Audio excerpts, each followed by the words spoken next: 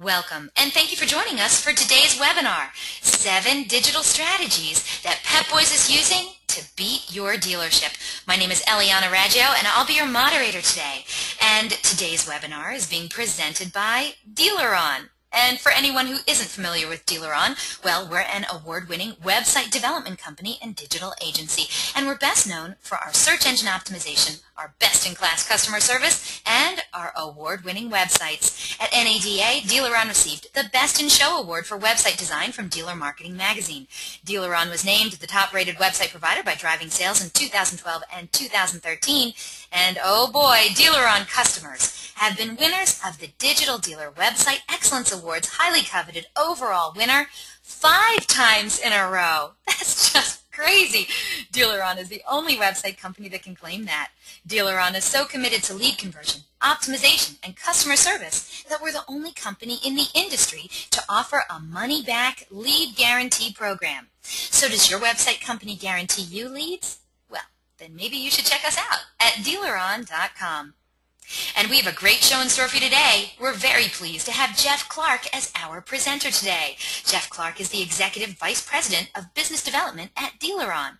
With over 17 years of strong sales and revenue growth experience, Jeff knows what it takes for a company to succeed. Previously, Jeff helped position Dealer.com in the online digital marketing arena as their National Director of Search Engine Marketing. Since then, he's been instrumental in DealerOn being named to Inc. magazine's list of fastest-growing private companies. As the importance of the Internet has grown over the past decade, Jeff has become an expert in the area of online digital marketing, including all aspects of managing an online digital presence. Jeff Clark is an active public speaker and blogger, and he can be found on numerous automotive networking sites. And he can be reached at jeff@dealeron.com. Now, during the presentation, if you have any questions, please use the question feature located on the corner of your screen to submit them. At the end of the presentation, we'll answer those questions of general interest. If we're unable to get to your question live, don't worry, we'll respond by email later today. Also, don't forget, a link to download a copy of the webinar recording will also be emailed to you later today for your reference, and please feel free to share it with friends and colleagues. And guess what? DealerOn is giving away an amazing prize today on the webinar. One of you lucky webinar attendees will win a free service website for your dealership for 6 months. This amazing prize is valued at $9,000 and is from your friends at DealerOn. And as an added bonus, our good friends at Force Marketing will also match dollar for dollar whatever search marketing package or pay-per-click budget your dealership is going to invest in your new service website, up to $3,000. That's a total of up to $12,000 we're going to be giving away today. But you have to be on the live broadcast to win it. So just stay tuned for details after Jeff's presentation, and you could be walking away with this amazing prize today. Also, at the conclusion of the webinar, you're going to receive a short survey. Please fill it out because we're always looking for great feedback from our audience. Today, we're going to randomly select a couple of people from all the completed surveys to also win some Google prizes. So, let's get started. Let's learn 7 digital strategies that Pep Boys is using to beat your dealership. Jeff Clark, how are you today? I am wonderful, Eliana. How about you? I'm doing great. Thank you so much for being here today, and thank you so much for presenting such an amazing topic. This has been getting on my nerves for years, that Pep Boys and those people in that arena are really beating the pants out of our dealerships when it comes to getting more of the service pie, as we say. What are we going to be learning about today? I mean, because when you did this at Digital Dealer, I mean, everyone, standing ovation all around. I mean, it was just amazing. So I'm really excited for you to present this to our online crowd today. Where do we start? Well, you know, I think the best way to start is to actually look in the mirror, if you will. And it's always tough. I oftentimes, in my years of doing this, as an industry, we're so hung up on selling more units that service is sort of an afterthought. We feel like if we're going to sell the vehicle, our service department has just been like that favorite pair of blue jeans. It's just really, it's been there. It carries us. You know, if it weren't for the service department, the the dealership wouldn't exist. Very few dealerships in operation today can sustain themselves on sales alone. So I think the best way to look at this and to sort of, get a glimpse back at what's going on is to look in the proverbial mirror, if you will. And if you look at the service parts and accessories industry in 2012, it was a $308 billion marketplace. Now, if you look at accessories as a whole, that's a whole other ballgame. I'm strictly talking about the basics of accessories that are available at the dealership level, and every dealership varies. But this is a $300 billion a year marketplace. Dealers capture less than a third of that business. And what I find interesting is you won't, and again, I'm very passionate about this, you won't find a better quality facility to get your car repaired at than at the dealership. However, instinctively, we lose those customers. And this is just the reality of where we stand today. More than 80% of that available business is losing its way to the individual national franchise or independent repair facilities. So that's really where I feel like there's something that we need to address, and I think as we go through this today, you'll see several parts of this presentation, Eliana. The team will see this, and I think each individual dealer will have to answer their own questions truthfully, but at the end of this, I want people to take away, how do we get part of that market share back? Agreed, and I see that we have a poll question right here. So audience, we only have a couple of these poll questions today, but here is your first one. So the question is, without looking, so no cheating, but without looking, how many pages of service-related content do you currently have on your dealership website? Now, we have a lot of people on today's presentation, so we want to know, how many pages of service-related content do you currently have on your dealership website? Now, we're talking full pages, not just a mention, but full pages. So the answers are, and please select one of the following answers. Do you have 1 page? Do you have 2 to 5 pages? Maybe you have 6 or more pages. If you don't know, hey, that's fine too. We have that answer. And we also have the answer, I don't think we have anything about service on our website. This might be part of the problem. We're going to find out from Jeff what the right answer is. But for right now, let's see what you think is going on your website. Do you have 1 page of service-related content, 2 to 5 pages, 6 or more pages? You don't know, or maybe you might not have any whatsoever. Once we get a majority of the votes, we'll close the poll and share the results. And, Jeff, I got to say, I think you're going to be really, really surprised at this answer. Yeah? I think so. I love surprise. No, you don't think you're going to be surprised? Well, we'll see. I'm going to close this poll in just another couple seconds, so please hurry up and get your votes in. And audience, thank you so much for participating in our poll questions. This is very, very interesting to see what's going on in the auto industry. And I want you to know, no one's alone on this. Really, believe me, there's a lot of people on this call. So at least a handful of other people are voting exactly the same way as you are, if not a whole lot more. So here we go. We're going to close this poll and share the results with you. Okay, audience, 63% of today's audience said that they have anywhere from 2 to 5 pages of service-related content on their website. Jeff, that's not so bad. 63%, right, said 2 to 5 pages. That's pretty good, right? Pretty good in terms of the pages, or pretty good that we got 63% to respond to the same answer? Well, 2 to 5 pages isn't terrible, I would think, but we do have more than a quarter of today's people, more than a quarter of today's attendees, 26% said that they have 6 or more pages of service-related content. Now that's pretty good, right? That's what I'm talking about. That's Absolutely. what I'm talking about, right. Okay, well, for the rest of the answers, 5% of today's attendees said that they only had 1 page. 2% of today's attendees said that they didn't know how many service-related pages they had. And 4% said that they don't think they have anything about service on their website.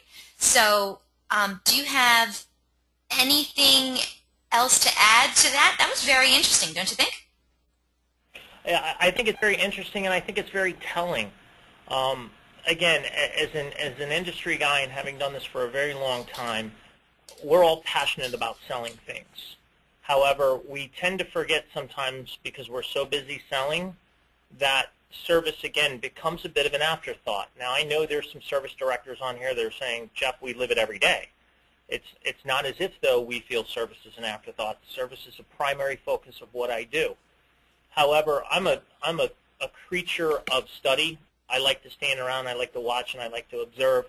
You don't have much of a time or a period of time to really develop a rapport with the service customer as what you may do a sales customer. And when I stand in some dealerships, the average service writer spends 3 to maybe 5 minutes with a customer, where when we're selling a vehicle, we're spending hours building a rapport and building a relationship.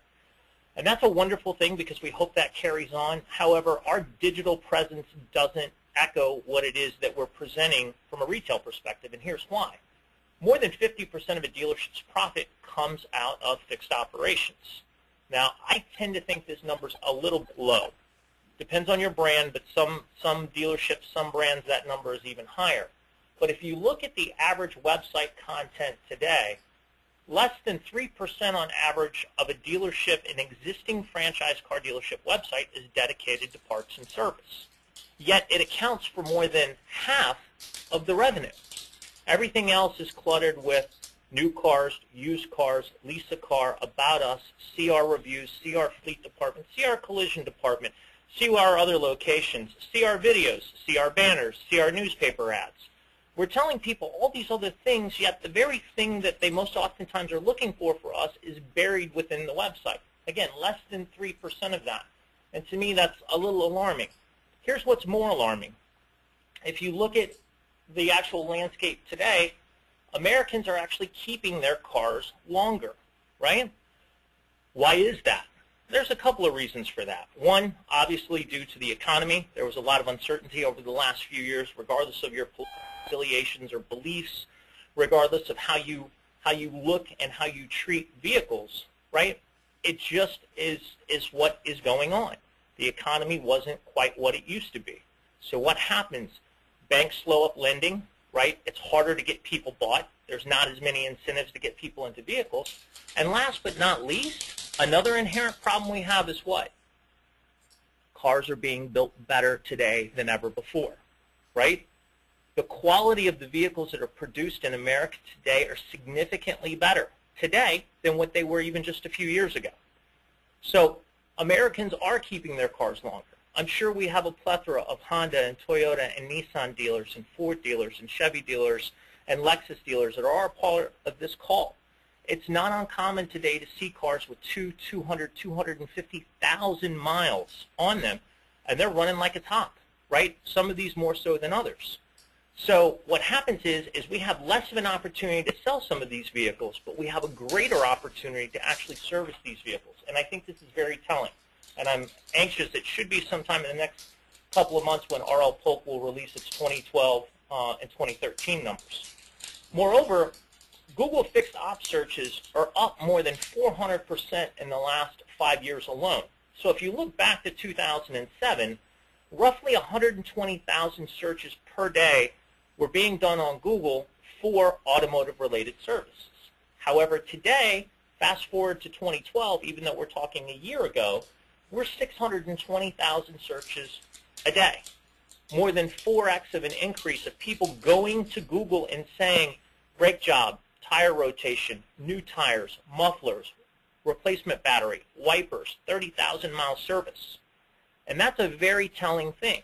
As retail car dealers, we spend so much time coming into our dealership and sitting down in front of our computer to see, are we ranking #1 for the top Ford dealer in the market? Are we the #1 Toyota dealer? Have we moved up? Have we moved back? Are we better on a Camry search, or are we better on a Corolla search, right? We obsess with it. However, we don't do this for service because, again, we're so wired and we're so focused. We've been so preconditioned, sell, sell, sell, sell, sell, that, again, service sort of becomes a byproduct of that. Here's what's more interesting. If you look at fixed ops, it's 2 of the 6 highest local traffic categories on Google today and on the search engines in general, right? Now, if you look at this list and you're honest with yourself, how many of us haven't gone out to the search engine and looked for restaurants, right? Or I need a building contractor. I need a doctor. Oh, crap, I need a lawyer, right? My car needs to be fixed. My pet is sick. I need to buy a house. I can't live in my apartment anymore, right? I might want to buy a new car, right? Financial services. These are the top categories that are searched for today. And what I think is very telling for everyone on the call today is 3 of the top categories are automotive related. 2 of those 3 are service related. Yet less than 3% of the average dealership website is service oriented. To me, Eliana, that's a huge problem. And it's one that we continue to ignore because we as an industry, myself as a technologist and others, fail to come in and address to you the direct need and importance of doing more from a service perspective.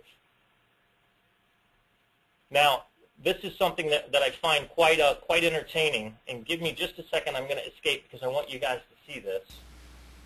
Now, audience, we have done videos on our webinars before. Please expect it to be a little bit choppy in the video, but the audio is really what we want you to take notice of. So Jeff's going to turn up his speakers a little bit, and here we go. That's 36,000 miles. I'm out of here! You just ran out. Good thing I have you boys. When the warranty runs out, just come in. Pep Boys does everything a car dealer does for less. Brakes, oil changes, and maintenance. Pep Boys ASE certified technicians will diagnose and repair your vehicle at the lowest price. Guaranteed. Pep Boys does everything for less. Okay, Now, audience. If that's not enough, Mr. and Mrs. Dealer, to get your blood pressure up, I don't know what is. Hopefully they heard it. What was the one line in there that you heard? Because I heard it. Yeah. Pep Boys does everything for less, but they do everything that a dealership does for less, is what I heard. We do everything a car dealer does, but we do it for less. Now, I can tell you, to me, that is a very polarizing statement, and it's a very, very untrue statement. Now, I don't have a vendetta against the folks at Pep Boys. I don't dislike anyone there. I don't have an ex-girlfriend that's a manager there. I've got no axe to grind with them, right? Here's what I do have, right? These are not factory-trained technicians. They may be ASE certified technicians. They may have various levels of certification, but they are not factory trained. That's my first problem. My second problem is what? Do you think that they're using our OE parts, OE replacement parts back on your vehicle? Yes or no? Eliana, what do you think? I don't think so. No. How could they? They have their own parts that they get, don't they, from China or something? They're not factory parts, right? And I'm not saying that there's a problem with parts from other part of the world. As U.S. manufacturers, as U.S. distributors, a lot of our vehicles have parts that are produced in other countries. However, these parts that are put back onto your vehicle for we do everything a car dealer does, but we do it for less, haven't actually passed the engineering smell test. They haven't gotten the endorsement from the manufacturer. So now you're going to an independent repair facility without a factory-trained technician, and you're putting aftermarket or knockoff parts onto your vehicle. This is a national campaign, ladies and gentlemen, that is played on the airwaves across every major network in every major city. And you know, you can dig deeper. If you actually go to YouTube and you Google Pep Boys commercials, Jiffy Lube commercials, and others, you will notice that there's a constant tone of sort of attacking or making fun of the retail car dealership. And let's be honest, most consumers perceive that we're more expensive to do business with to begin with, and we're more difficult to get a service appointment with. Guys, here's the landscape. Looking at my screen, it's Jiffy Lube, it's Firestone, it's Pep Boys, it's Sears, it's Midas, it's Mr. Tire, it's Meineke. It's all these larger repair national facilities. And it's not that Rick, who owns the local Midas, is a master marketer, but owning a franchise, part of the franchise licensee agreement that he has allows him to take benefit from the national level marketing that these companies are doing. They are hiring very intelligent, very bright, very creative people to instill a sense of doubt and question, say, hey, it's 36,000 miles, my warranty's over, it doesn't make any sense for me to go back to the dealership. And that's where the bleeding really starts. And, of course, these national brands are propagating that. And, again, it's frustrating because we as dealers, the most qualified people to service these vehicles, are losing this business every single day. When you look at the click-through by SERP position, right, on a simple search of brake service, you're going to find that if you rank within the top 3 positions, you're going to control 60% of all the clicks on page 1. A very dear friend of mine, the CEO of Force Marketing out of Atlanta, once said to me, Jeff, you ever want to know where the dead bodies are buried? Eliana, do you want to know where the dead bodies are buried? Yes, tell me where the dead body. Wait, do I want to know where the dead bodies are buried? I don't know. Yes, I do. Tell me where the dead bodies. They're on page 2 of Google, right? Does anyone, no one goes past page 1, do they? Less than 2% of consumers ever leave page 1, right? They're getting to page 1, and if it's on page 1, and this is not factual, but it's believed by consumers that if you're on page 1 of Google, that must mean that Google says that you're the best for that particular search I've done. And in an indirect way, you're the best for what Google search parameters around what the consumer search is going to deliver that content, right? So just as much as we today, Alana, obsess over how does our dealership rank, how does this vehicle rank, how do I rank versus ABC or XYZ Motors, the guy down the street who's my direct competitor who I don't like, we need to look at this for service. And again, remember, 60% of those top 3 control more than half of all the clicks on the page. But again, you got to be 10 or higher. And Google's effectively, dealers are absent on Google, right? Some of the better dealers in the country are only on page 3. Now, there's probably people sitting there saying, you know, Eliana, Jeff, I would never search that way. I would search Toyota Camry, LE, V6, brake job, Washington, D.C. Okay, that may be true. Wonderful. I'm glad for you. You know what's unfortunately happened to you? You've become preconditioned as a retailer to find yourself, right? The average consumer doesn't do that. And I'll show you a slide here in a minute that will tell you even more. Hey, your personal files are encrypted. Nice. Yeah, I know they're encrypted. Oh, geez. So hackers like me don't find them. It's not letting you out of there? We'll bury it, right? Okay, that sounds good. So, local brake service, right? Surprise, surprise, right? And guys, again, for everyone on the call, you realize that you can change the locality of where you're coming in at. But Google really tries to deliver local, customized content. And you can just say, well, Jeff, that's not really fair. Brake search is such a generic search. How am I supposed to index for that as a Ford dealer, or as a Toyota dealer, or as a Chevy dealer, or as a Subaru dealer, right? And it's really more about just having content.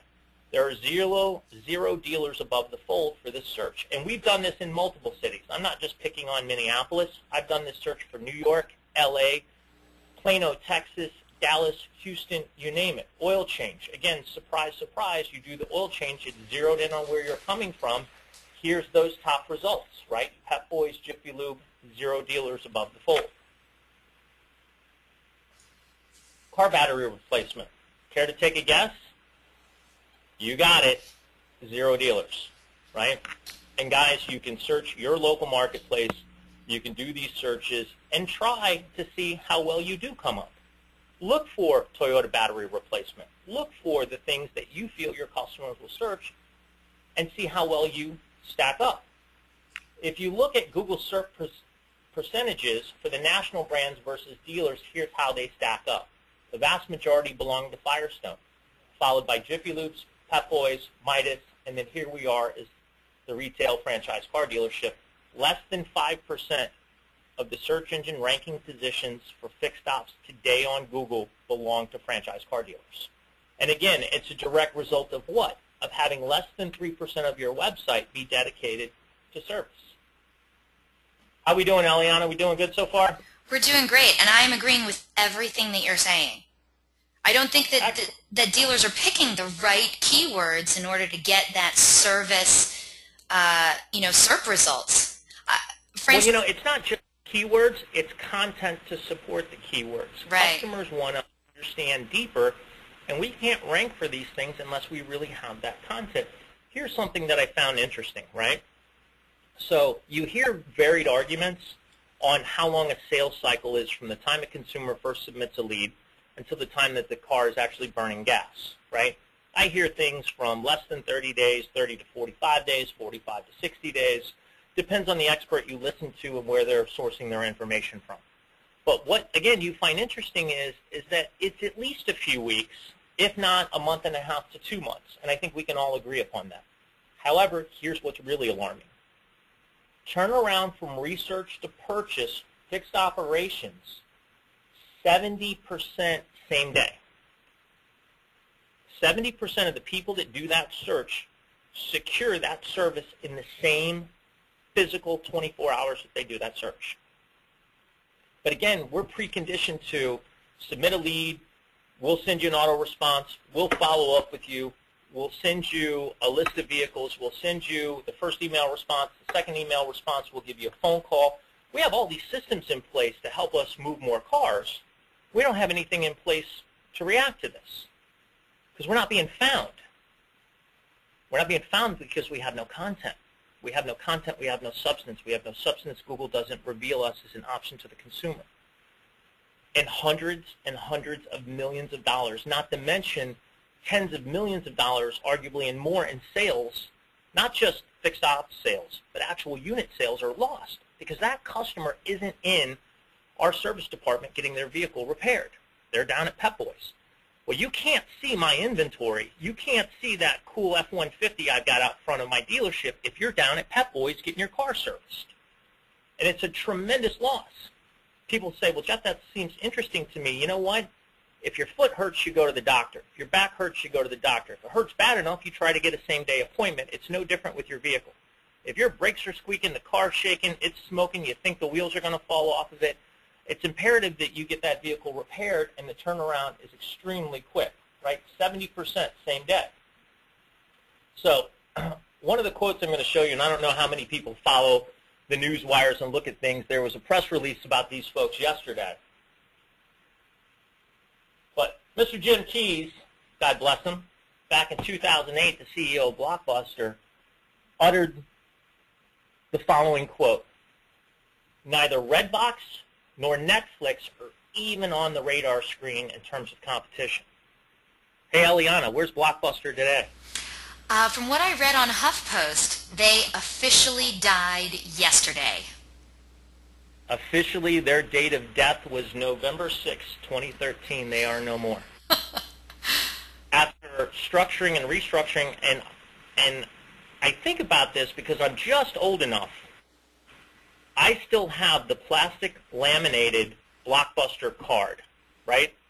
From when we used to go in and pay $6 for a beta or VHS video that we'd get fined if we didn't return in 2 days. Today, I can go to my laptop, my iPad, my smartphone. I can reserve a movie at Redbox. I can prepay for it. I pay $1 for it, and I can return it when I'm ready to return it. What do you think is a better business model? Guys, we can't become Blockbuster. No matter how profitable, no matter how fat and happy and full of ourselves we become, this is going to happen to us. They will continue to take our market share more so than what they already have if we don't adjust and adapt. Now, here's a sample of a website, and I've blocked out who the dealer is to protect them. But here's their homepage, right? You come to the main page, you can tell clearly it's a Honda dealer, right? But here is the one and only page of service content that they have. Now, I'm somewhat of an observant individual. I'm going to assume down here in the lower left-hand corner, this means they have a quick lube lane, or maybe that's a car wash, I just can't tell. In the middle, I think that means they sell rims and tires and batteries. And over to the right, it looks like they might sell a bug shield or a cargo organizer or a handful of accessories. And I've got hours of operation, and then I've got all this wasted real estate. Now, this is a large market Honda dealer, and this is the one and only page of service that they have. Guess what? This is what you're competing against. And whether you're this Honda dealer or whether you're one of the more advanced folks that were a part of the call that said you had 6 or more pages, this is what you're up against.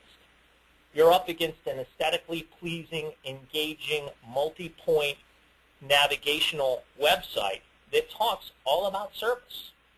One of the first things that jumps out to you is get a free brake inspection plus tire rotation. Get the coupon. It's August Brake Awareness Month.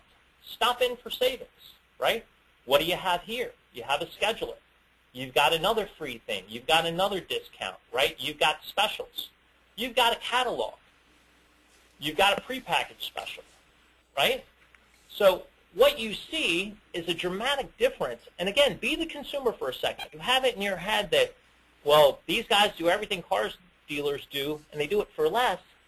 Never mind the fact they have much more content relative to service on their websites. It's pretty significant, right? As you drill into it, you will find sub-aligned categories from schedule your service online, which I think most of our dealers, I hope, on this call have automated schedulers. If you don't, you really should look into one. And for those of you that don't have separate call numbers or call tracking numbers to your service department, 2 immediate things that you can do is assign unique numbers to your service department, right?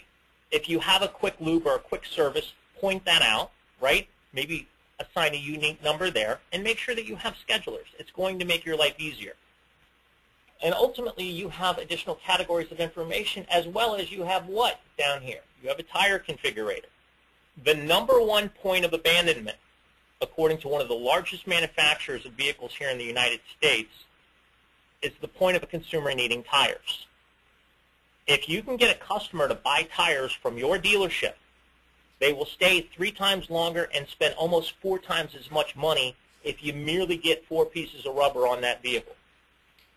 But most consumers' tires at $336 or shortly after. At that point, the warranty's up, and now they're discount shopping, they're price shopping, right? If we don't have the content to show up, we're never going to be found. More importantly, the other thing that we don't do and we fail to do as retail dealers is we fail to tell people that we can service vehicles other than what we sell. I do this every time I do one of these sessions, and Eliana, you've been in them. How many times do you see hands shoot up like it's going out of style when I say to the audience, Mr. and Mrs. Dealer, how many of you service vehicles other than you sell?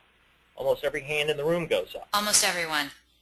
All right, now keep your hands up if you tell people that you do that. Every single hand comes down. We know we do it. We just don't tell anybody that we do it. That's critically important. Mr. Dealer, can you put tires on a vehicle other than what you actually sell? So if you're a Ford dealer, can you put tires on my Chevy Silverado? Well, of course you can. Can you do a brake job on my Camaro? Of course you can. Maybe that Ford dealer is close enough in proximity to my office, and I like them, that I don't mind them servicing my Chevrolet. Not everyone's going to feel that way, but if we don't tell the story, if we don't put the content out there, we're simply not going to be found. What do I advocate? I advocate that you really need your own individually separate URL functioning website. Now, if there are any Toyota dealers on this call, stick your fingers in your ears and ignore what I just said to you. Why? Because Toyota will have your backside if you set up a separate URL. However, you can easily set it up as a subdomain, right? But you have twice now the capture power if you build a standalone service offering. And let me show you why, right? Here's a fully functioning, separate, standalone URL, right? You'll notice on here that there's nothing relative except this tab right here that will get you back to vehicle sales. But everything else is service related. Here's a way to think of it. What day of the week might your service department be light? I don't know, Jeff, my service department's light. I have a hard time filling up my Thursdays. Okay, great. So no different than this dealer's done here, 15% off any Saturday parts and service. Porsche of Silver Springs must present at time. right, of write-up cannot be combined with any other offer. Maybe you want to do a Ladies Tuesday, right, or a Seniors Wednesday, or a Veterans Appreciation or Service Members Appreciation Friday. Give something compelling, give a reason to get those things moving. You obviously have categories with video content, with coupons, calls to action, appointment schedulers, unique 800 numbers, and you'll see me drill into this as I sort of go through, right? But integrated service schedulers, if you don't have them, get them. They're relatively inexpensive. There are companies like Time Highway, X-Time, AutoLoop. All these companies do a really nice job, and often most of them, especially AutoLoop, actually have marketing services that can go behind it. So if I know Jeff Clark is due for tires on his vehicle, I can start to send Jeff well-worded, well-crafted incentives, emails, specials, landing pages, content that say, look, your 2013 F-150 with 32,000 miles on it is going to need tires soon. Please come to ABC Ford. We have the greatest selection of tires, guaranteed lowest prices, and you get a lifetime balance and rotation with tire purchase, or buy 3, get 1 free. Give the compelling calls to action that you know are important. But these service schedulers are key, right? And really it lets them schedule service directly from the site. And it's okay to have that service scheduler in multiple locations. Increase your phone ups. Guys, 800 numbers, tracking numbers. If your dealership is putting everybody through the front desk, you need to stop that. You clearly have a problem. I don't care how great your receptionist is at the front desk, you can only handle so many phone calls. You can't put people on hold, and you can't be transferring people around. If they want to get to service, get them to service. Direct dial them right in. I still, believe it or not, today find dealerships that put everybody through Mary Beth at the front desk. Mary Beth's a sweetheart. She's been there for 25 years. But Mary Beth is probably costing you business because it's delaying the customer getting to the service department. Educational videos, right? People love videos. Why? Because they don't have to think and they don't have to read. They can just follow the video, right? Videos for any routine service. Oftentimes you find, Eliana, that people shy away from things because they don't understand them. I oftentimes tell people this, or I poll this question. You were in the room when I did it most recently. How much does the average head gasket cost? Head gasket's roughly a $30 part. However, what's the total labor cost to do a head gasket job on a vehicle? It can range, but you're anywhere from the mid $1,400, $1,500, $1,600 mark on up. And that's a hard thing for a customer to digest if they can't quite understand how a $30 part can equate to thousands of dollars in work because they don't understand the labor. They don't understand what happens. Most people don't really understand when you talk to them about a front-end alignment, what a front-end alignment actually does. Sometimes a video is a very great way to be able to point them and show them, and the message is consistent. Consistency actually builds confidence and builds value. Video increases not only your search engine footprint, but builds consumer trust. Eliana, I'm going to ask you this question since I can't engage with the audience directly. Who owns YouTube? Google. Why did Google buy YouTube?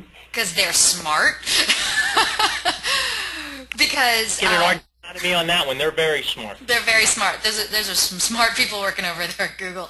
Because YouTube had the #2 most powerful search engine in the world right behind Google. So why not buy your strongest competitor and make them part of your own company? Absolutely, right. People love videos. They love to share videos. You know, I'd be interested to know at some point, and this probably should have been one of the poll questions we should have asked Eliana, but how many people watch videos that people send to them? If a friend sends you a video, you tend to want to watch it, right? So video just has such a major impact, and oftentimes a picture is worth 1,000 words.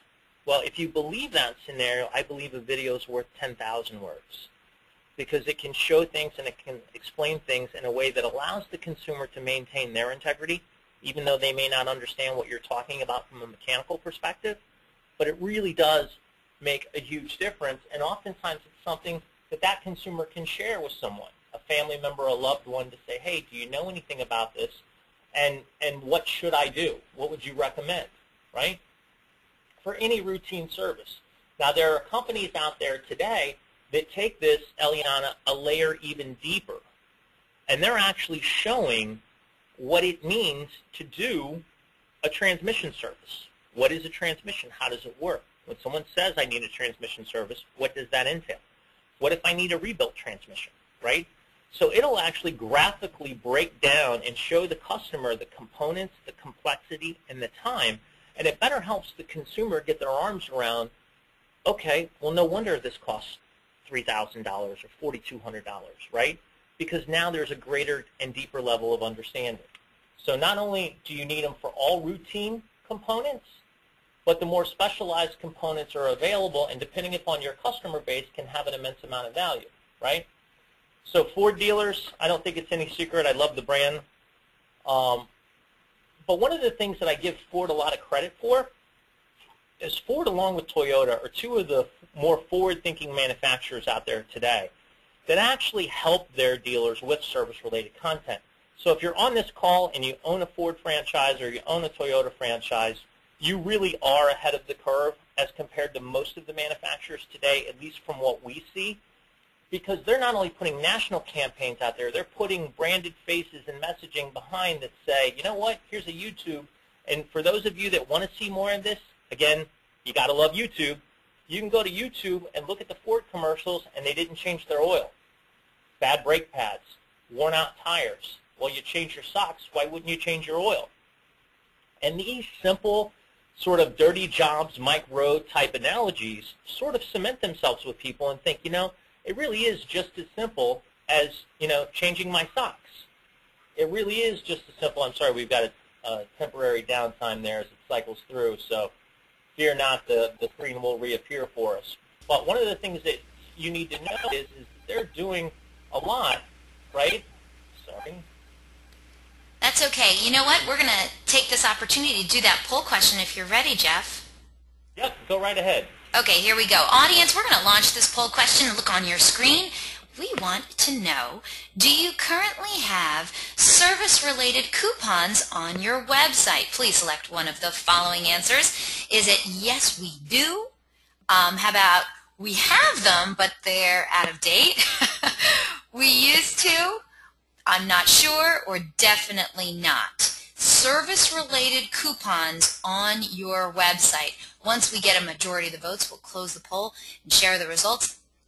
And I have to say, more often than not, I mean, I'm in New Jersey. I don't make any bones about it. Everyone knows I'm in New Jersey. But when I go and I look for service-related coupons, I usually find on the dealership's websites, at least around here anyway, that they're out of date or they don't apply or, they expired, like last June or something like that. So I'm just curious to see how many of you say, yes, we have them, yes, but they're out of date. We used to, I'm not sure, or definitely not. Looks like we have most of the people on today's broadcast voting. Jeff, are you ready to hear the results? I am anxious to hear the results. Okay, here we go. I'm going to close this poll and share the results with you. 84% of today's audience declare, yes, they do. They do have service-related coupons on their website. And even 4% answered everything else. We have them, but they're out of date. We used to, I'm not sure, or definitely not. Jeff, I don't know that you were expecting 84% of my extremely smart audience today to actually admit to saying, yes, they do have service-related coupons. What do you think about that? I am frankly shocked. I'm proud. I am proud. And you know what? Maybe this is the perfect audience, right? Because they get this and they're investing their time to learn more about this. Coupons are critically important. It's funny. I tell this joke all the time, and bear in mind, I am a very lucky man. I married a beautiful woman, and my wife is just a tremendous lady, but she loses her mind when those Bed Bath & Beyond coupons show up in the mail. Yeah. And I am keyed to end up with $100 worth of crap that I don't need. potpourri, hand towels, candles, and anything else you can imagine, because my wife has saved something. It's a compelling call to action. The competitors do it, and they do it well. The number one most searched term with anything service related is the term coupon. The second most searched term with anything service related is the word discount. Customers are looking for break service coupon. They're looking for battery replacement discount. They're looking for these things, yet as retailers we don't do as good of a job as we oftentimes could to make sure that these coupons are relevant and present, right? We really need to take advantage of those. For you dealers that honestly answered that question to say that we have them but they're out of date or we don't have them, that is as bad as going to a website that has a specials section with no specials in it. Specials is the third most visited section of a website, and coupons are huge. Coupons, you really need to track those. What are the views? What are the prints? Are your coupons mobile enabled? Can we send them to mobile devices, right? No different than you can push your itinerary to your iPhone or to your smartphone for travel. We should be able to push coupons to our cellular devices, right? A lot of people probably have the app Keyring, right? It's so you don't have to carry all those annoying little cards with your Panera card or your local grocery store or food market, your club identification or VIP things. So when you can allow these things to become mobile enabled or give someone the ability to print these or push them to a device, it really is significant. I was just going to tell you, Jeff, we had Rose who wrote in. She said, not only do we have service coupons on the web, we recently launched an app for smartphones that allow us to send notifications about the specials. We're still in the infant stage, but we're looking for it to take off. And you were just mentioning it. That's great. Love it, Rose. That is fantastic. And guys, again, mobile, right? We are heading in that direction. I was having a conversation prior to getting on this call, and the dealers, it's like so many other conversations I have. Jeff, I'm a third-generation car dealer. I'm not into the web. I don't really understand it. I don't get this whole Facebook and Twitter and all this other stuff. And I sort of laughed and I said, you know what? I'm not a Facebooker. I'm not a Twitterer. That's just not me. However, there's a vast majority of the consumers that are buying cars from you today that unless you work in a mobile world, unless you are part of a social media world, you're not going to sell them products and services. So we have to move into a different realm, and we have to move out of our comfort zone. One of the things that oftentimes when I do focus groups and I talk to consumers say to me, Jeff, car dealers are difficult to work with. I don't know that I trust them. I'm not sure about their pricing. I don't know that they're being transparent. They're always difficult to get appointments with. The best way to deal with pricing objections is how? Deal with them head on. It is what it is, right? Oftentimes, car dealers are actually cheaper, right? So don't be afraid to do a dare and compare. You can do this on a chalkboard, a whiteboard. You can do it on a screen. You can buy LCD monitors, a nice big monitor for your dealership for a few $100, right? Get with your IT guy, get with your technology partners, your ad agencies, and put together a dare to compare board. It's okay to talk about your oil change and your coolants and your tires and your alignments and your brakes, but if you do happen to be more expensive, it's a wonderful opportunity for you to be able to explain why. Factory parts are more expensive than knockoff parts typically. ASC, factory trained, top-tier mechanics are typically more expensive. So when you get into those services where your price differential is different, it's a great opportunity for you to explain why. But more so, how much can you take advantage of when you are cheaper, right? These guys, pound for pound, are $5 an oil change cheaper than Jiffy Lube. And your service advisor didn't ask you if you wanted 20 different fluid services, a new air filter, and oh, by the way, Mr. and Mrs. Consumer, we washed the outside of your windows. Great. I paid $5 for someone to clean my windows and annoy me the entire time I'm getting my oil changed. Have you, Eliana, have you been to a Jiffy Lube to get your oil changed? Oh, my husband won't let me go. Oh, my God. My mother, and I love my mother, great lady, but she is set in her ways, and I just don't argue with her. And she's convinced that Jiffy Lube's the way to go because they clean her windows and they're super nice people. My mother comes home with a $90 oil change. because someone convinced her that she needed, and granted, my mother might drive 3,000 miles a year. Well, annually, you should change your transmission fluid. No, you shouldn't. If it's not brown or burnt, don't change it. But the suggestive upsells ends up getting her. And she comes home and says, did I do good? Because she's too embarrassed to ask me to help her, doesn't want to trouble me, and comes home with a $90 oil change and clean outside windows. Right.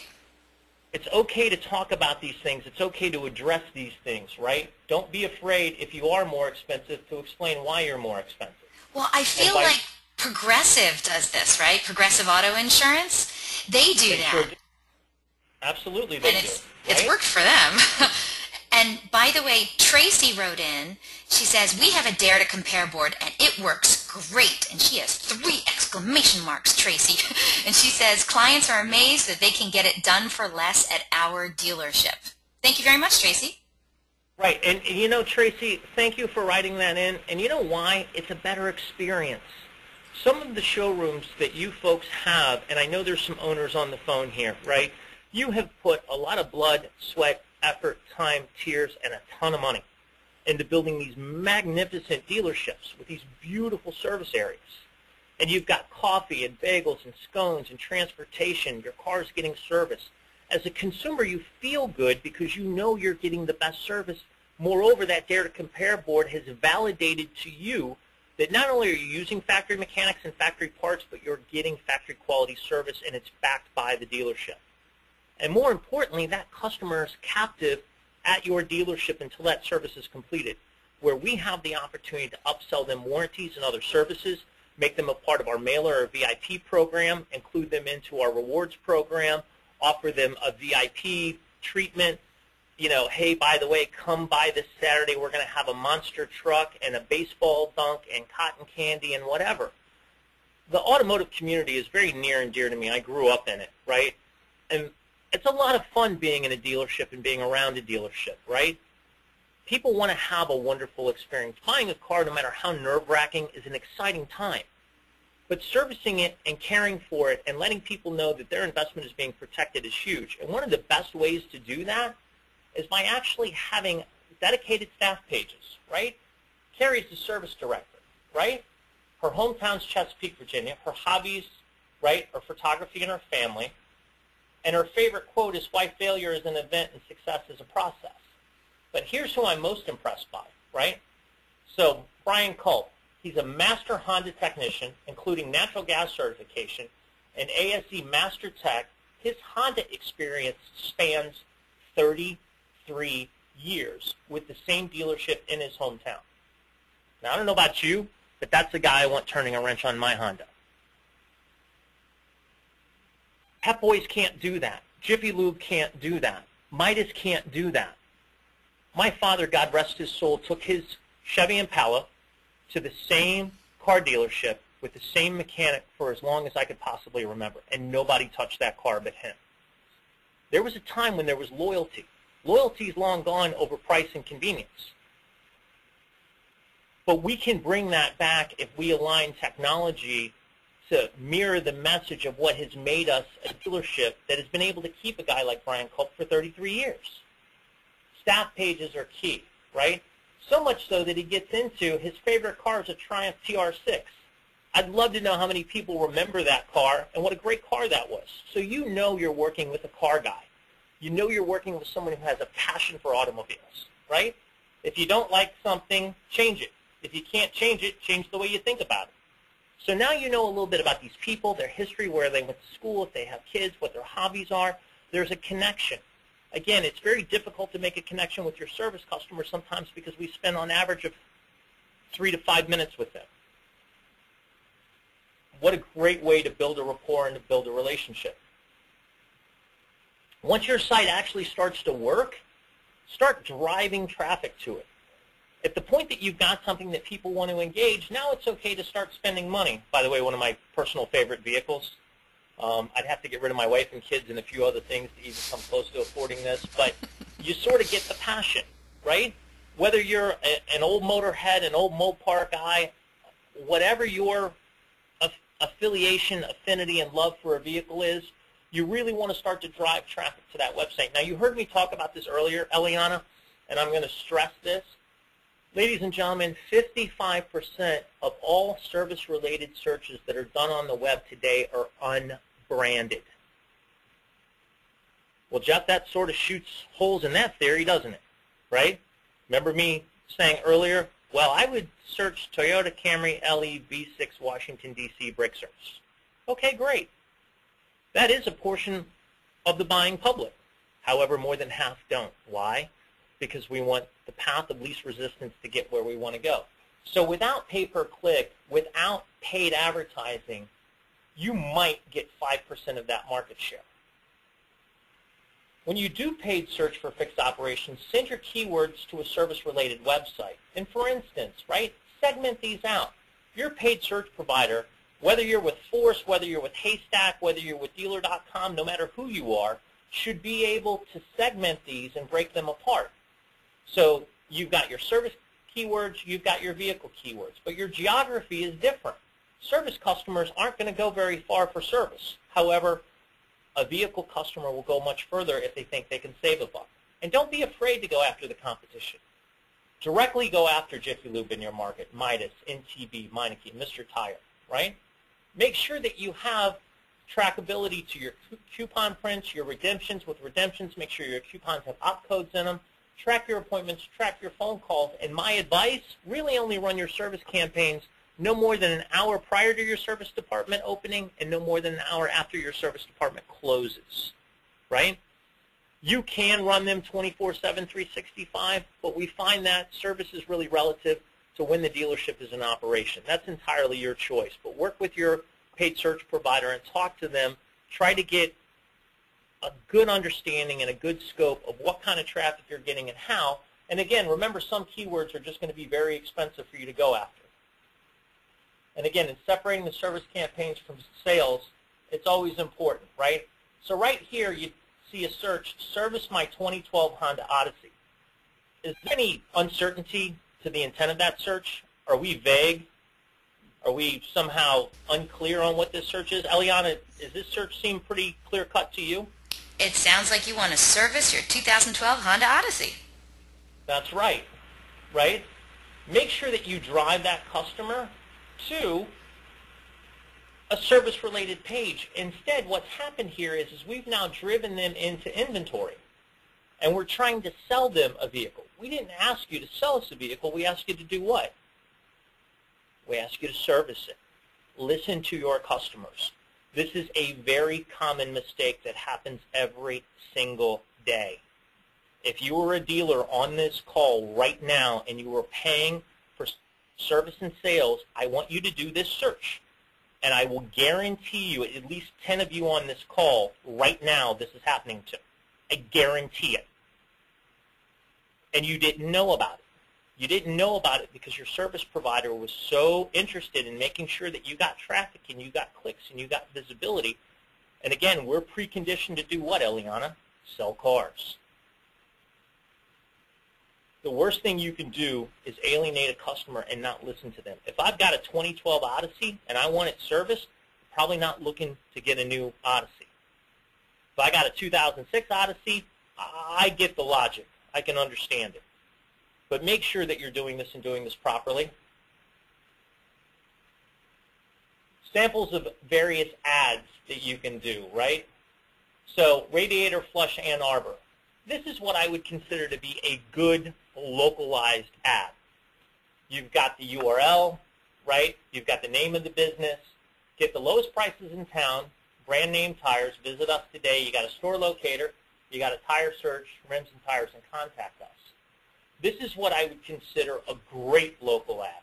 Eliana, why do you think this is a great local ad? What are a couple of things that jump off the page with you about this particular ad that might make it great? I mean, the first thing that I notice, of course, are those big, pretty gold stars. Who doesn't love gold stars and seller reviews?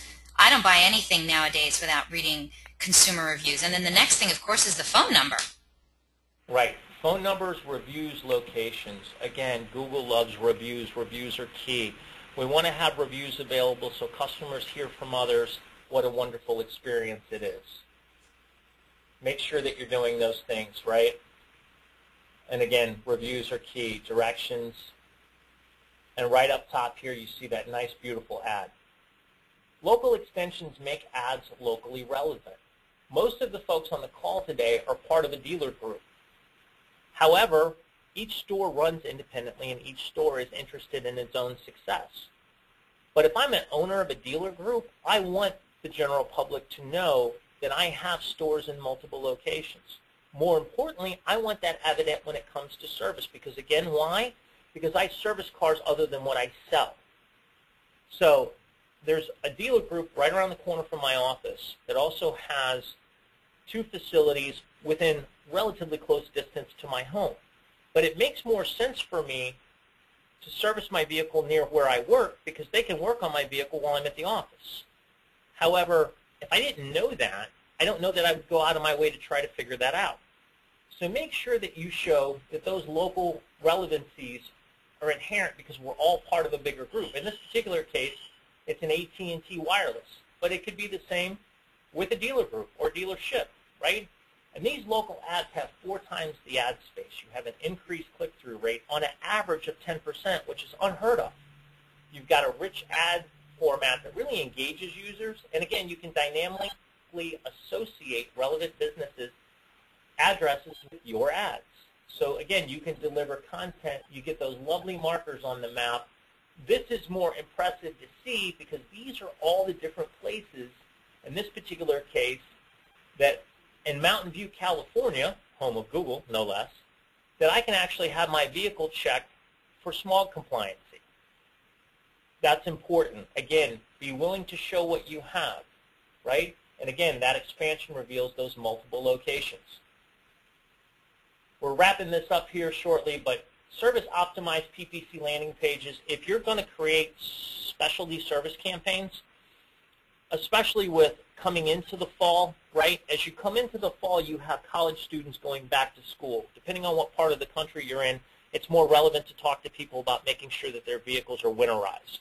So whatever your call to action, your coupon, your specials, make sure that you're driving people to a dedicated landing page that not only allows them to see the special, but the pricing, the information, the unique 800 number, right? Not only schedule service, but check on your vehicle status, right? You can schedule service online, you can print the coupons, you can even print directions. It's all about giving people more and more content. Mobile fix-ops marketing really is the future. Today, 30% of all maintenance queries are now done on a mobile device. Mobile maintenance has grown more than 5x in the last 2 years alone. You heard me talk about this earlier. Mobile is 40% of dealer traffic now and will actually surpass desktop usage within the next 2 years. So all of us today that are in a dealership and we're at our desktop and we're looking at things, you need to start to look at them on your mobile device, on your iPad, on your ThinkPad, right? We are a mobile society. More and more people are using their devices today. Don't know if you noticed it on the airplanes, in the malls, in the stores, but people can't seem to get their head out of their phones. Whether they're checking on plans for that evening, whether they're responding to a text, talking on the phone, sharing a photograph, mobile is really where things are heading today, and you need to have a mobile strategy.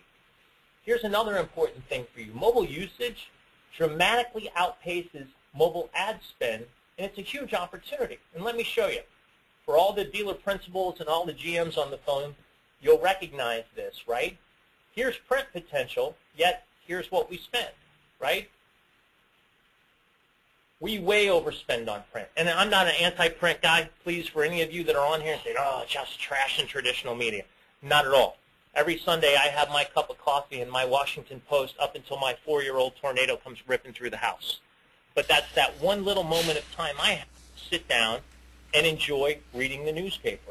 Radio, again, interesting paradigm, 14% market potential, only 10% penetration. TV's pretty equally matched. Internet, right?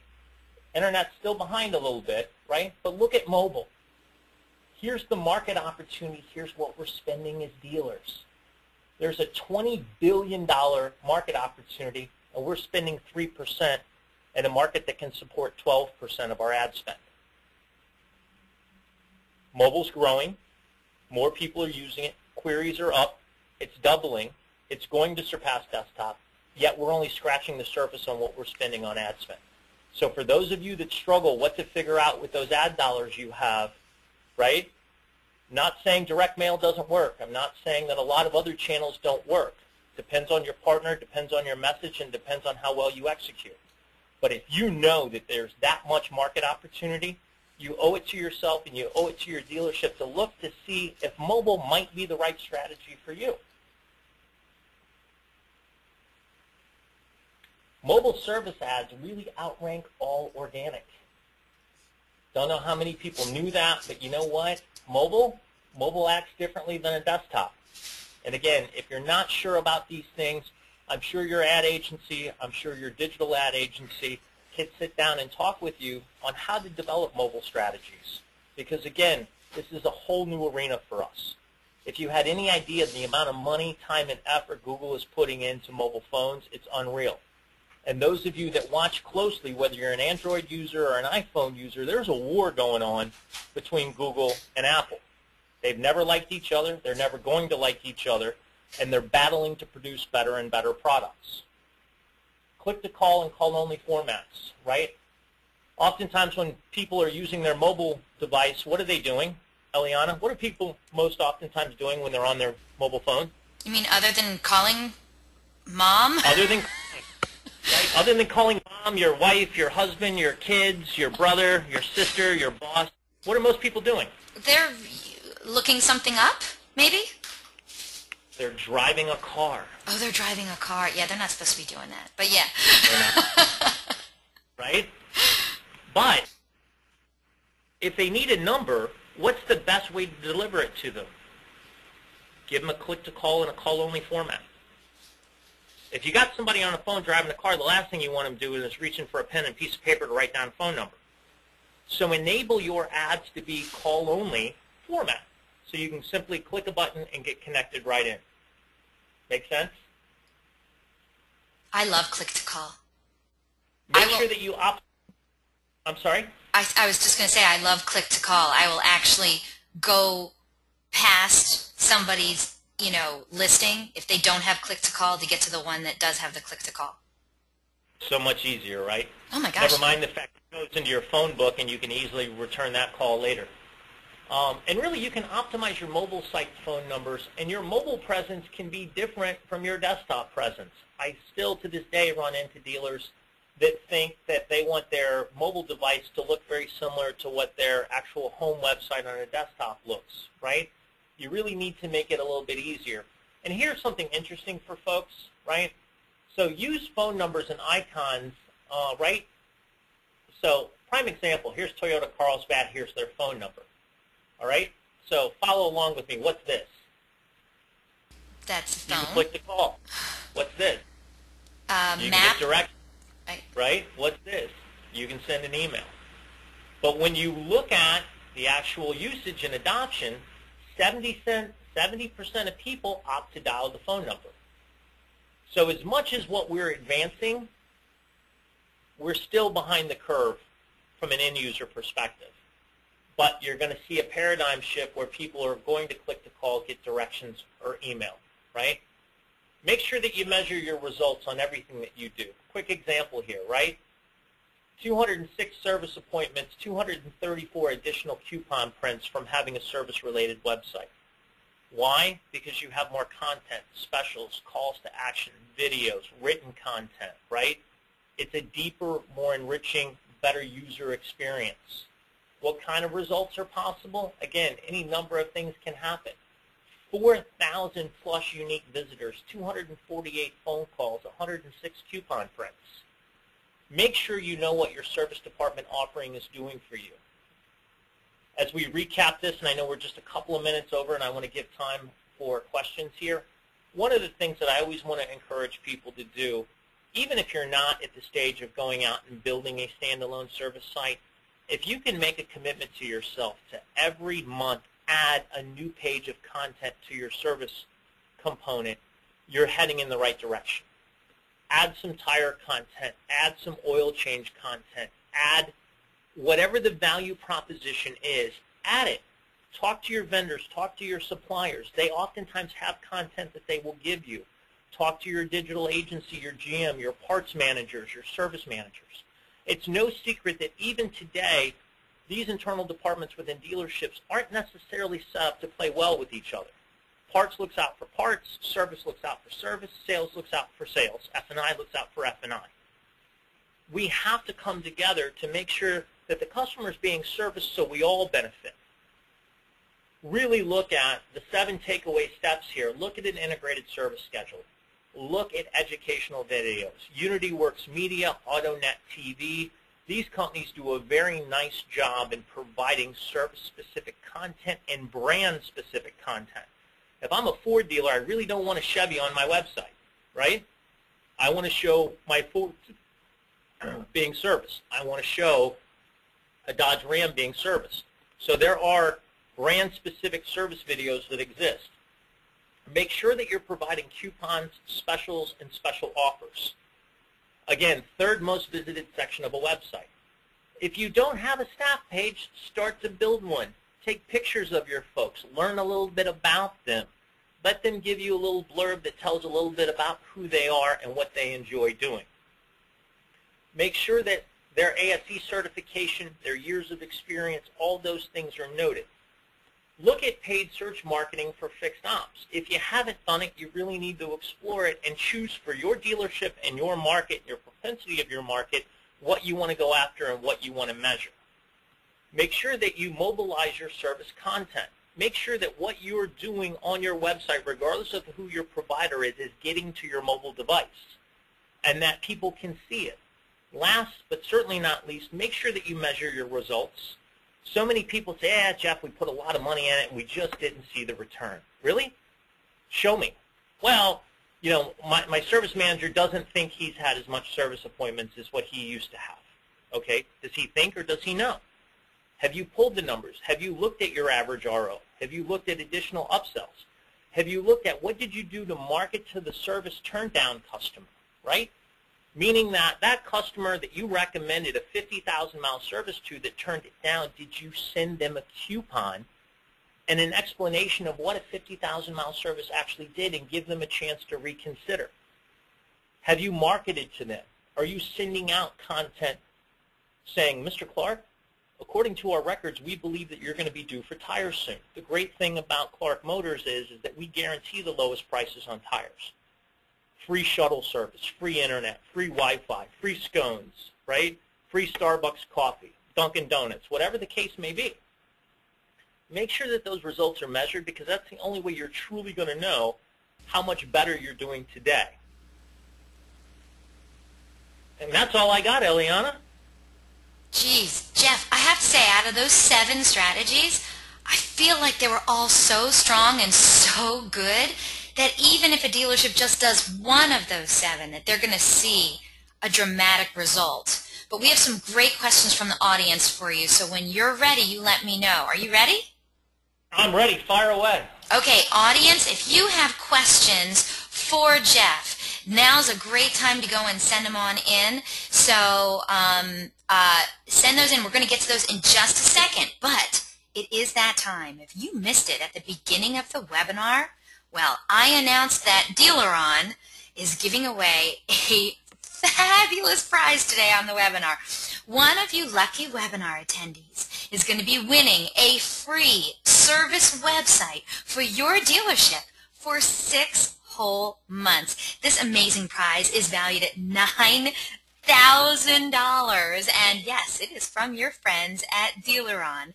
And as an added bonus, well, we reached out to our good friends at Force Marketing, and they have told us that they will also match dollar for dollar whatever search marketing package or pay-per-click budget your dealership is going to invest in your new service website, up to $3,000. Is that right? Did I get that right, Jeff? You did get that right. So the folks at Force are really great partners of ours, and there's a lot of great digital agencies out there that we work with. But this is one in particular that we just have a lot of fun with because they get fixed ops. And this morning I happened to be in a sort of last-minute impromptu conversation with their CEO. and said, Jeff, what are you up to today? I said, I'm busy. I got this webinar. I'm doing this. And as you know, John was a guest speaker on our webinar, and I think, you know, he had such a good time that he's anxious to get back. And he said, well, what are you doing? I said, we're giving away a service site. He goes, oh, that's fantastic. He goes, I'll tell you what, we will dollar for dollar match up to $3,000 in PPC ad budget to promote that service site for that lucky winner.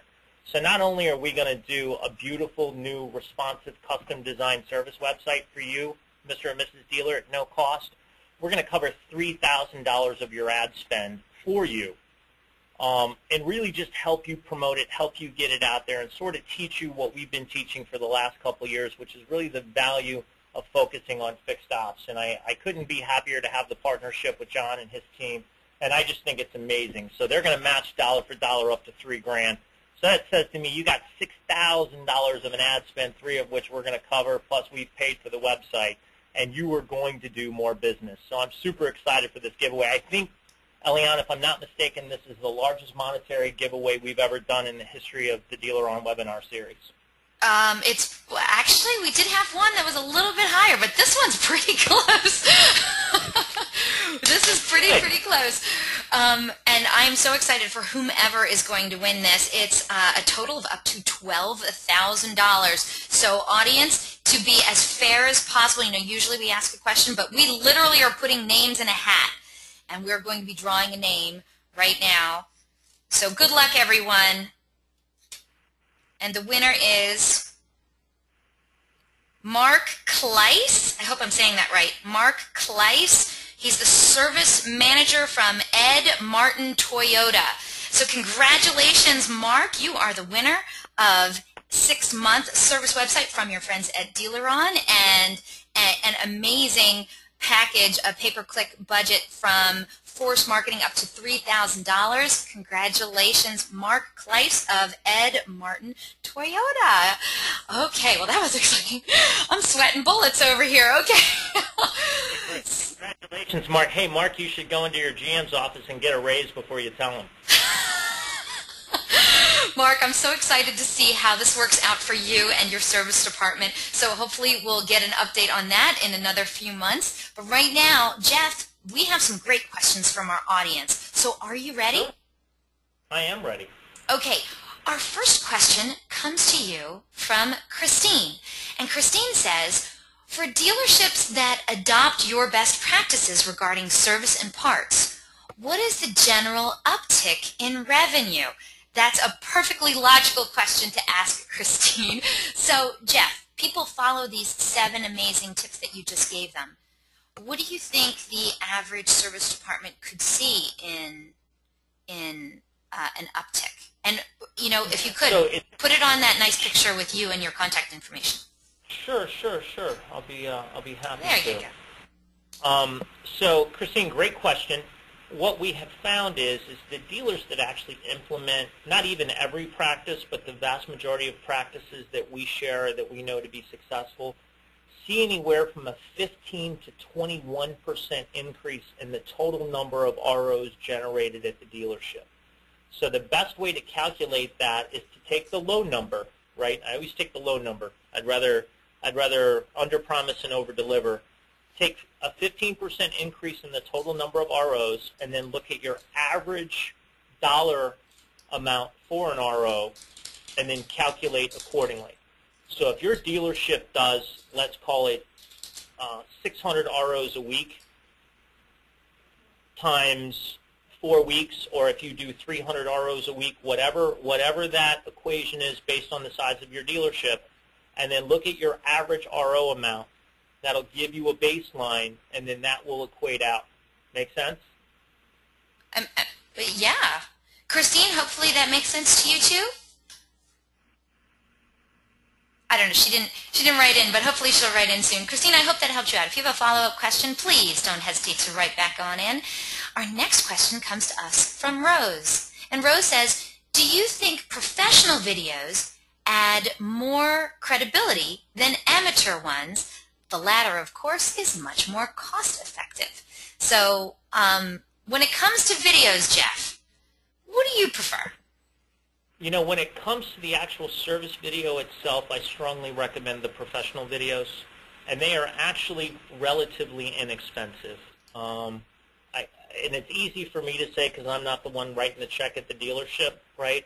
But on average, somewhere between $300 and $500 a month is what a fully comprehensive service video package is going to run a dealership. I do like the personal videos if they're done properly.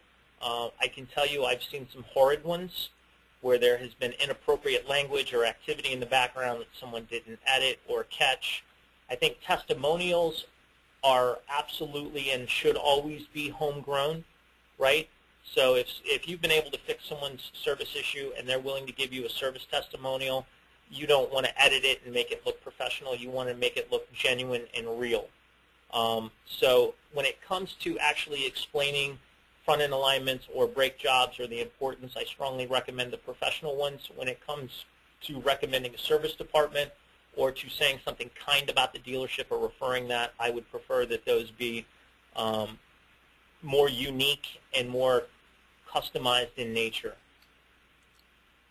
I agree. And you know what? I did receive a really cute video from a dealership that I had done business with, and it wasn't anything. It was like with the change of the season coming, and it was this guy from the service department, and it was, you know, he was telling me how to winterize my car and make sure I was ready for our tough winter and that kind of thing. And I thought that was really great. I got another one from that same guy telling me how to tell whether or not I needed a front-end alignment, you know. So it doesn't have to be long, but it was really informative. Did I watch the video? Absolutely. Did I need any of that help? No, I didn't, but it was really nice of him to send it. So, right. And Eliana, to your point, and I want to stress on that, I'm glad you mentioned that. Guys, be careful the length of the video that you produce. Do not give someone a 5-minute long video. I know you want to tell your story. I know you want to get as much in there as you can. People will not watch a 5-minute long video. Videos should be less than 60 seconds. Intro, your message, your outro, and you're gone. You cannot berate, right? So again, I see these videos sometimes, and they're the owner introducing the service manager, that then introduces a service technician, that then goes over and talks to Mary Smith about her service experience, and it becomes a 5.5-minute long video. Nobody's going to watch it. So short, quick, simple, and to the point. Yeah, and just use, you know, words on the video and say, hey, this is Jim Smith. He's our head of the service department, you know, and make sure it has a phone number, make sure it has your logo, but you don't have to say all that stuff. Just put it in the video. Rose wrote in, thanks, we'll be looking into them. Tracy wrote in, we have a professional service video on our homepage, and it gets a lot of attention. We're also in the process of filming a service welcome video explaining things to new clients. So that sounds like a great idea, Tracy. I hope that works out for you. Good luck with that. And Christine also wrote in, thank you, that makes sense. That's from the first question we had. So thank you, everyone. Great news from everyone all around. Let's get to our next question. This one comes to us from Andy. This is a tough question, Jeff. Andy wrote in, can you talk about an SEM strategy and budgets for search? I'm seeing crazy CPCs when competing against the independents. This one, again, Jeff, comes from Andy, and that might actually be a better conversation for somebody like our friends over at Force Marketing, for instance. But do you have any advice? I'll try to give you the top line of it, and without going too deep, because this is a whole other conversation. Yes, they are expensive terms. You know, the paid search world has really gotten out of whack, and the more broad-based the term, the more expensive. And again, there's a lot of competitors going after the term oil change and brake job. So you have to find the balance that's right for you and right for your dealership. There are some markets that price point is vastly cheaper because your local competition is asleep at the wheel. I hate to tell you this, but if you're in a major market, it's going to cost to pay to play. But it really boils down, again, to content. If you have, and part of the reason why the Jiffy Lubes and the Pep Boys and the guys do as well as they do is they've been building content for years. You haven't built any content. So when you look at what you're going to pay per click, right? And for those of you that think you get this or aren't really sure if you get this, go to Google and simply type Google Quality Index score, right? And Google will, in its most simplistic of terms, explain to you how it quantifies what someone pays for a particular key term. This is a huge misnomer. Most people have no idea what I'm talking about. They've never heard of it. How can you do that, right? At the end of the day, Google really wants to deliver content that is specific to what the user is looking for. That's why if you're a Ford dealer and you're trying to go after the term Chevy Silverado, you're going to pay more for the term Chevy Silverado because you're not a Chevy dealer. Google will sell it to you, God love them, right? But you're going to pay more than the Ford dealer is. And a lot of it boils down to content, and there's a lot of other components that become a part of it. And it really is a great question, and it's a very complicated one. And you really need to have a good search provider and a good partner and say, hey, I want to get there. I want to get to the point where when someone types oil change in Tuscaloosa, Alabama, or they type brake job, Middletown, Illinois, I want to be one of the premier top results, not only organically, but how do I compete in an environment where I'm surrounded by all these national franchises? And how can I afford to compete there without losing my shirt? So it is a much deeper question, but look at your content, look at your quality scores, look at what you're doing, and that will help you and set a budget that you can live with, right? And go after things. And guys, I'm sorry, this thing is just hell-bent to make sure that these things are encrypted, so I'll try to get this out of your way again. But really talk to your search provider, talk to your digital agency, and ask the hard-hitting questions. You do it with your sales terms today. You really should do it with service. And try to find as many of those lower-hanging fruits as you can. You're not going to get as many hits. However, the hits will cost you vastly less, and then you just have to build towards the content to where you can get that CPC cost manageable. And I have to say, I don't think that it would cost that. I don't think that it would be that hotly contested a word if it wasn't worth it. You can only get as much as somebody is willing to pay for it, and it is obviously a very lucrative, words that they're going after. So, I mean, you said so yourself, Jeff. People buy cars once every 11 years now, but people still get oil changes every 3 months. So, and Eliana, the truth is a lot of dealerships do oil changes as a loss leader. A 1995 oil change, as a dealer, you're not making any money, right? Right. Now, the thought of going out and spending more money to get more people in to make less money is a complicated thought process. But it's what I call the loss leader concept. One of my first jobs out of college was working for Coca-Cola in their marketing department, right? Today, some 20-plus years removed, you can still go to the local food store and buy a 2-liter of Coke on sale for 99 cents. However, the cost of labor, the cost of production, cost of branding and marketing is higher today than it was 20 years ago. But retailers use it as a loss leader to get you into their facilities because they know you're going to buy milk, bread, eggs, lunch meat, a rotisserie chicken, a 12-pack of beer, a bouquet of flowers for a loved one, whatever it may be, and that's where they cover their money. So if you're going to get into the oil change game, that's fine. Just make sure you know what you're hedging that bet on and making sure you've got the systems in place to upsell other products and services that doesn't make it a lost deal for you. Well, I remember picking my sister up from like one of those places, Jiffy Lube or Meineke or something like that. She was having work done on her car. Thank God I picked her up from there. The waiting area is disgusting there. I mean, if they only saw the nice waiting area that you dealerships have, it would be a no-brainer, I would think. Tracy has a follow-up question for Andy, by the way. She says, 40% of clients that service with you will buy their next car from you. It's an excellent way to get additional sales business, too. Do you think it makes any sense, budget-wise, to run on Bing and Yahoo SEM instead of Google? Wow, that's a loaded one.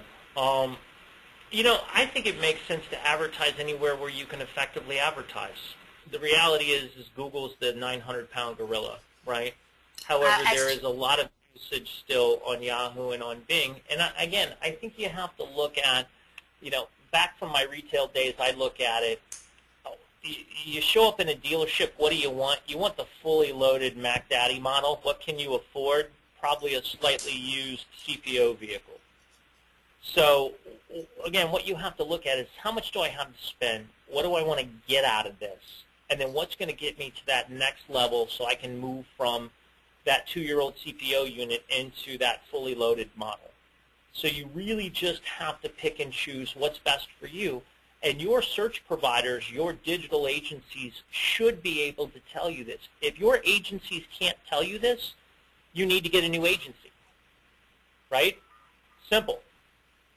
So you need to be able to sit down with them, no different than they would do an airtime buy, right? And say, where am I going to get my maximum exposure? Where am I going to get maximum views? What can I anticipate or what can I expect with respect to this kind of an ad spend?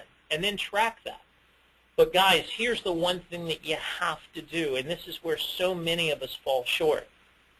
Our traditional agency is segmented from our digital agency, which is segmented from our digital website provider. You lose confidence in consumers when your messaging and your branding is not consistent. If you're with a traditional ad agency, that's great. Traditional media is important. Be careful, those that say, hey, we provide digital services. Great. How long have you been doing it? What do you do? What kind of services do you provide? Not saying that you should leave them over it, but you should ask them a deeper question. Are you truly a digital agency? Right? If not, you need to explore digital partners. And then you need to ensure that the branding, the messaging, and everything that you're doing is consistent. Because without consistency, you have issues. And depending upon the state that you reside in, you can get yourself in a lot of trouble. Thank you so much. That was a great answer. And Tracy, I hope that helps you out. I just do want to point out, latest results say that Google has about a 67 to 68% market share when it comes to search, and that Bing and Yahoo are hovering around like the 29% mark. So, if there's different budget-wise, that might be why. But we are going to move on to the next. Jeff, it looks like you're having some problems over there. Yeah, our IT folks get a little serious around here about files and their abilities, so I'm going to have to talk to those guys post this. Okay. Well, we still have a handful of really great questions, but I know we are severely over time, so let's just get to a couple more of these. Next question comes to you from Robin. Robin says, Jeff, how can our BDC be more involved with our service appointments to gain future opportunity for trades and new sales? What would be a good process to implement this? And Jeff, before you answer this, I know you and I were talking about, hopefully soon, doing a webinar where we explain to people best practices on how to sell from your service lane. I still want to get that in there because I think dealerships really, really would love to hear some best practices regarding that. But before we have that webinar, what advice can you give to Robin and others like Robin? Robin, a great question, and it's really a top-down approach. It really involves your owner. You need to sit down with your dealer principal. You need to sit down with your GM and your service department. You need to make sure that you're all on the same page. Again, one of the practices that I see today, and it still makes me nuts all these years doing this, is that anything digital comes out of the internet department's budget or the new car sales department's budget, yet it's focused on service, right? So there has to be a clear understanding of the cost, who's going to pay for it, and what the expectations are. And then you need to balance the difference between, there's a distinct difference between a sales BDC and a service BDC. Are those folks capable of doing both jobs? They are. However, I caution that you identify one or two individuals that can focus in the short term on service and then teach others, because the service customer is vastly different. And that service customer can dramatically sway opinions. They're quicker to write reviews, right? So you really want to make sure that you are trained to pick up on things, to understand things. But more importantly, what does the ownership of the dealership expect from the service BDC? What kind of tools and systems are in place to evaluate whether or not a customer's in positive equity in a vehicle? So again, some of the more creative agencies out there have the ability to dial into your DMS and see if Jeff or Jessica or Amy or Bob are in positive equity, and we've got a chance to move them out of the vehicle and into another vehicle, right? You should be identifying those no different than you are people that are potentially in negative equity, right? How do we possibly get that negative equity individual into an extended warranty that can allow them to get back to square with what they owe on the vehicle? So it has to start with ownership. If it doesn't come from the top, it will fail, I promise you, right? And you have to make sure that service and sales are in sync with one another to help one another. I strongly encourage all the sales managers on the call, all the GMs on the call, start to look at creating VIGs or spiffs for your service riders that identify sales opportunities, right? Don't penalize them for that. It's the most ironic and ridiculous thing I've ever seen. These people have the opportunity. There's a dealership in the Northeast that sells 30 to 40 new cars a month out of the service lane because they've developed a process. They identify the customer, they guide them through the process, and the customer leaves thrilled, and the dealership's profitable for it. But if it doesn't come from the top, it's not going to work. So the best thing you can do is start to do some research. There's some great, networks out there. Dealer Refresh is one, ADM, Automotive Digital Marketing, that you can ask and post those questions and say, of the dealers that are on this form, can you share with us how you do things and what you do and how you develop these things? Because again, you'll find they're different skill sets, but they all require not only the management support, but the financial support from the ownership. I hope that helps you. I do too, Robin. Great question. We have a lot of questions left, Jeff, so I think we're going to get to those later today. Oh, Robin just wrote in, thanks. Let's do this one last question, if you wouldn't mind, Jeff. Sure. Okay. This one comes from Virginia, and Virginia says, we are in a rural market with a key demographic of 40-year-olds plus. Very little Gen Y consumers in our market. Is targeted marketing on social media worth it for fixed ops? What do you think, Great. Jeff? Should they target market on social media if they have most of their demographic is 40 years or older? Yeah, because you know what? The 40-year-olds, like myself, we all have kids, and our kids are moving to the point. My oldest is 15. He is starting to look at cars, right? Of course, it helps that Daddy's in the IT industry, and I monitor everything that hits his phone. But yes, you absolutely need to start to market, because what you're finding is more of the 40-year-olds, 50-year-olds are starting to fall into what a great way to connect with people and most 40-year-old professionals, they're not on Facebook, they're not on Twitter, they belong to LinkedIn or they belong to another professional network. But doing targeting and going after X and Y gen is going to be the future of what you do. It may not be the lion's share of your market today, but back to the Jim Keyes quote, just because it's not strong on the radar doesn't mean it's not going to appear and not going to become an issue. So the sooner that you start to involve yourself in doing social media marketing, targeting, and retargeting, the sooner that you'll submit yourself to the marketplace of being a more advanced dealer. And Virginia, I would also... Oh, I'm sorry, Jeff. It's all about the online. And what part of Virginia? No, her name is Virginia. Oh, her name is Virginia. I'm sorry. But I was going to add that the senior citizen demographic is the fastest growing demographic on social media right now, and it has been for the last couple of years.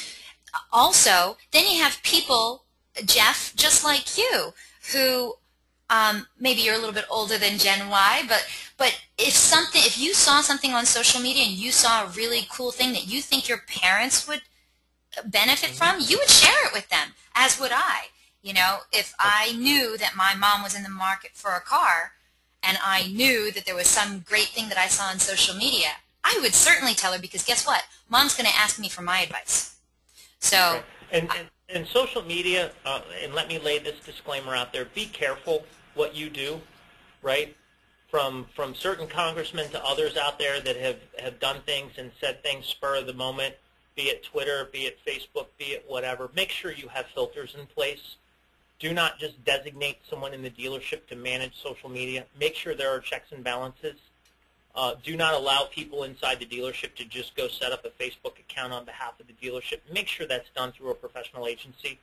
I have seen more dealers call me saying, Jeff, God, please help me, because a disgruntled ex-employee has access to my Facebook account and there's all these negative things being said. Oh, boy. Do not turn your back and do not walk away from it. Make sure you keep control of that, because just as soon as you think you have it under control, it will get away from you and you could have a PR nightmare on your hands.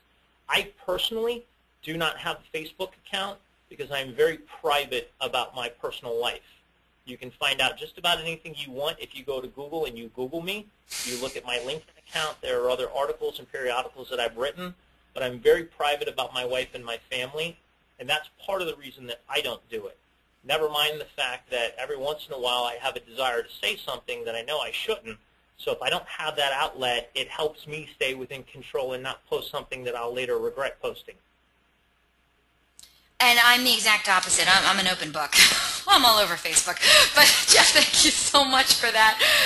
We do have some unanswered questions from some of our attendees today. So please, if you wouldn't mind getting back to them by email with an answer, I'll send them over to you in a little bit. Okay, Jeff? Please do. Thank you. Fantastic presentation.